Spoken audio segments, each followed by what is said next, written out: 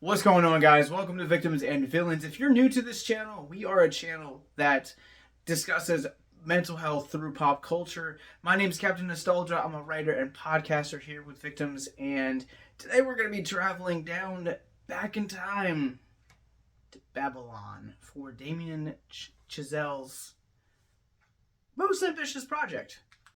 Babylon is a sweeping epic that tells the story of how Hollywood transitioned from the silent film era into the talkie era and kind of celebrating movies as we know today. And all of the insane parties that took place in between that transition. I never thought I'd have to put a trigger warning on this, but the prologue to this movie is crazy. Absolutely insane. Within the first 5 minutes of this movie, an elephant poops on a man, and I was eating when that transpired, and it's graphic. Like, it's very graphic. So that's a trigger warning. And there's also a little bit of exploration of kink culture in here that I won't spoil for anyone. But beginning of this movie, it's a little much.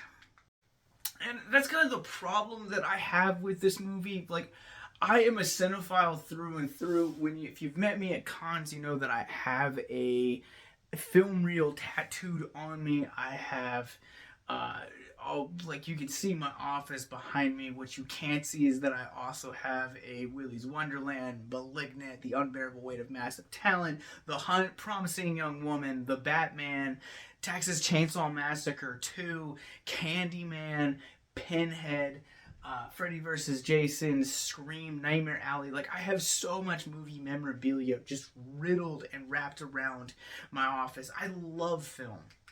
And I have a love-hate relationship with this movie because of my love of this medium. Like, and I know this film's going to turn a lot of people off because this is a 3-hour epic. And when I use that word epic, I'm not just kind of saying it as a way to describe something, but I'm actually talking about the scope of this movie. And I feel like when it's embracing the scope of this movie and kind of the insanity of just the fever dream that was that silent era movie, or at least how this movie depicts that era of Hollywood. It's just bombastic, it's crazy, it's absolute, like, pure chaos. Actually, it would be like if chaos was personified and just did a mountain of coke and then said, I need LSD and PCP, and then that's what the party scenes of this movie would be like.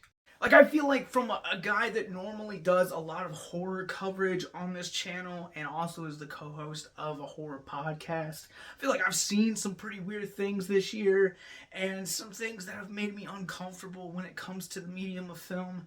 But this movie is not any of those things, and it still made me feel uncomfortable. Like, there were a few times that I had to actually look away from the screen because of what was happening on here.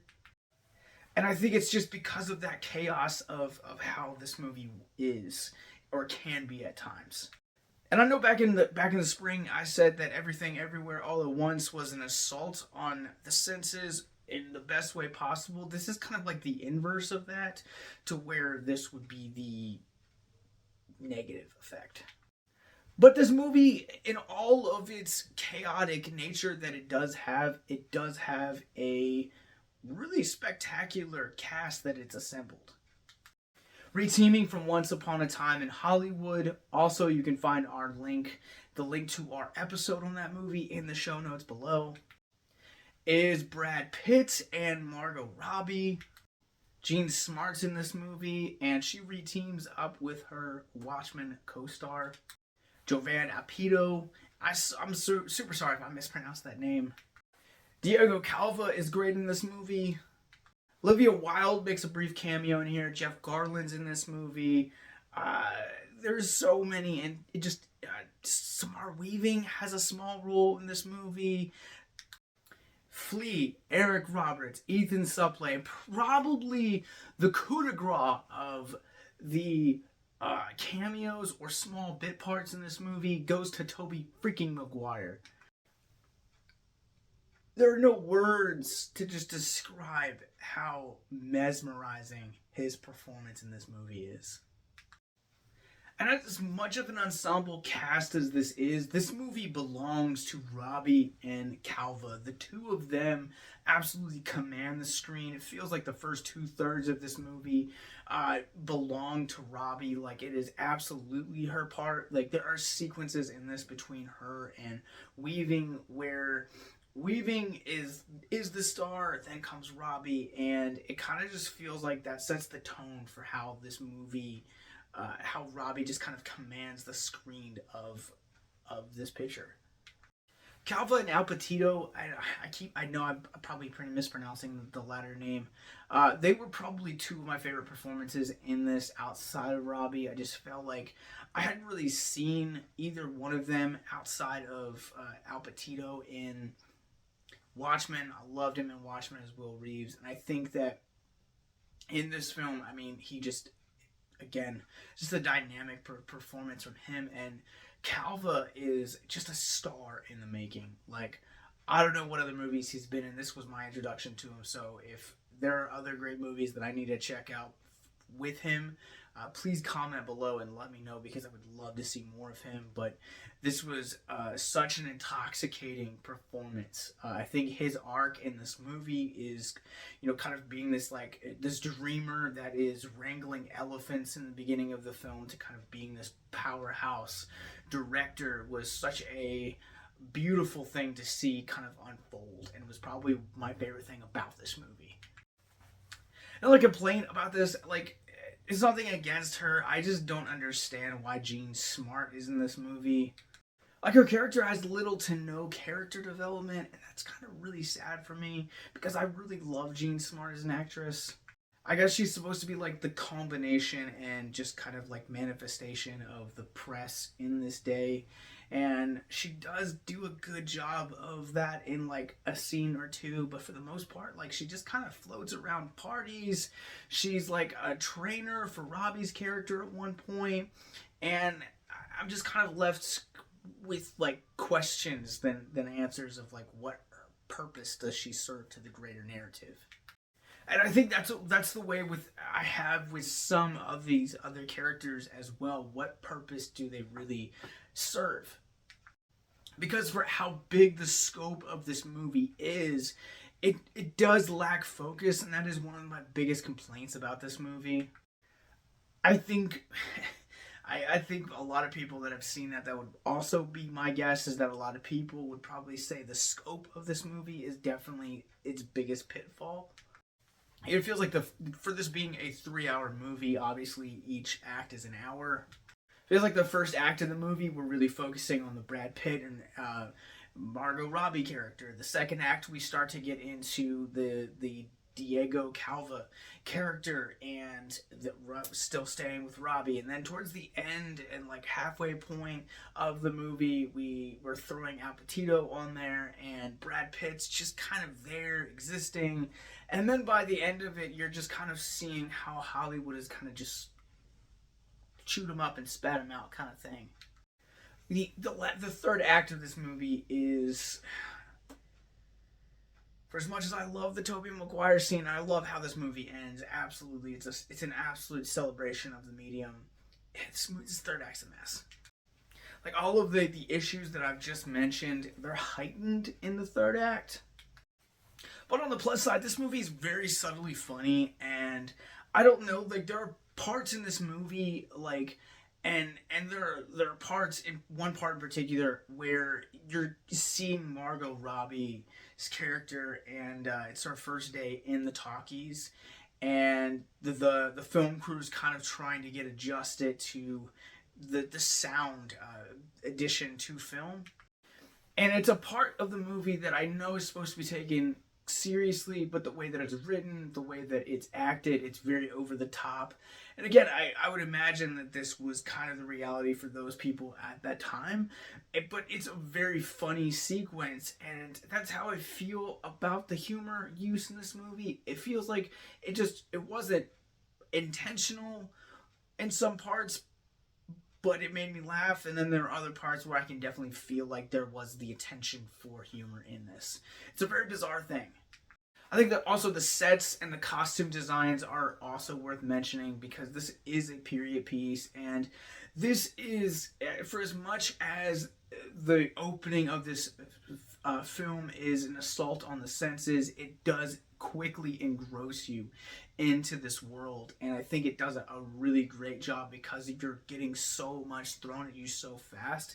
It kind of just feels like a portal that sucks you into the 1920s and just leaves you there until the film ends in the 1950s. I think I've talked about all that I want to talk about on this movie, and I'm ready for a rating, so let's go ahead and jump into it.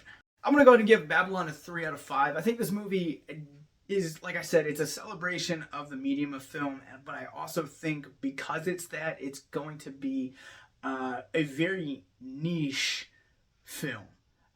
It's going to appeal to a very niche group. I feel like in order to appreciate this movie, you really have to be a movie buff or a cinephile. This movie looks gorgeous, from its set design, costume design, the soundtrack. The score for this is absolutely beautiful and spectacular. Performances across the board are great. Just because it's a 3-hour movie and it's doing so much, it does feel like a mess at times. There are sequences that exist that bring nothing to the screen. It's just shock for the sake of shock value. And again, I feel like this movie kind of falls apart in the end, but it's a fun time, and I really liked how this movie ended. And it's also kind of weirdly comical. I don't know if that's intentional again. So let's talk about mental health. If you guys are new to our content, Mental Health Moment is where we take a theme of mental health out of the film of which we're talking about, in hopes to deconstruct the stigma surrounding mental health, if only for a few moments. And I'm going to be selfish on this one. For me, the movie theater is a place for me to unwind, and it has brought a multitude of benefits for my mental health. I love the embrace of being able to sit in a theater and share an experience with an audience, and whether that is laughing, being scared, crying, or just being brought to the edge of my seat. And even if it's a bad movie, I love experiencing that with the crowd. It's weird. It almost kind of feels like a weirdly spiritual gathering. The reason why I bring this up is because there's a point in the beginning of the movie when Brad Pitt is talking about the magic of the movies and how it's this bonded experience between the audience and the screen, how it affects them emotionally and mentally. And I think it's such a valid point. Making this content for you guys has been such a blessing to my own mental health, because I'm going to the movies so frequently to see these, because we're doing film festivals. I love the ability to celebrate this medium, whether it's talking about a DIY filmmaker's project over a podcast, or doing it with them in person, or celebrating the medium like Damien Chazelle does here.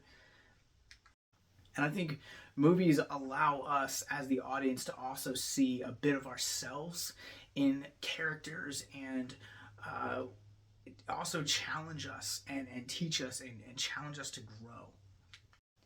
And I think also too that they allow us to have the ability to improve our own mental health and find peace about certain situations that we might not have peace elsewise. They allow characters to relate to us in emotional ways, and kind of confide in other things that we might be going through. Movies are a place that's magical, and I know that it's been memed by this point, but Nicole Kidman said it best: heartbreak feels good in a place like this.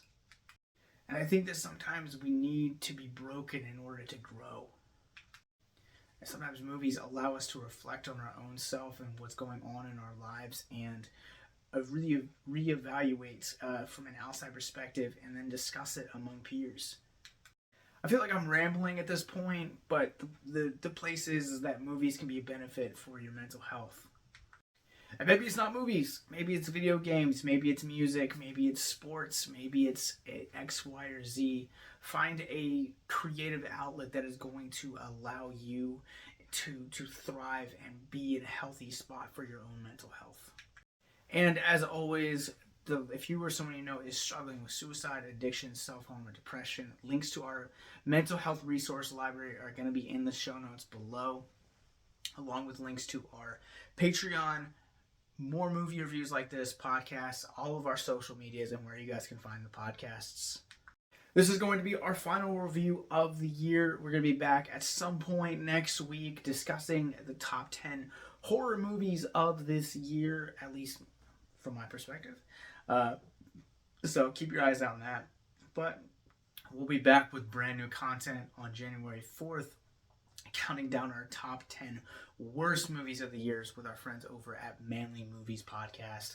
Until next time, have a good night and have a happy holiday.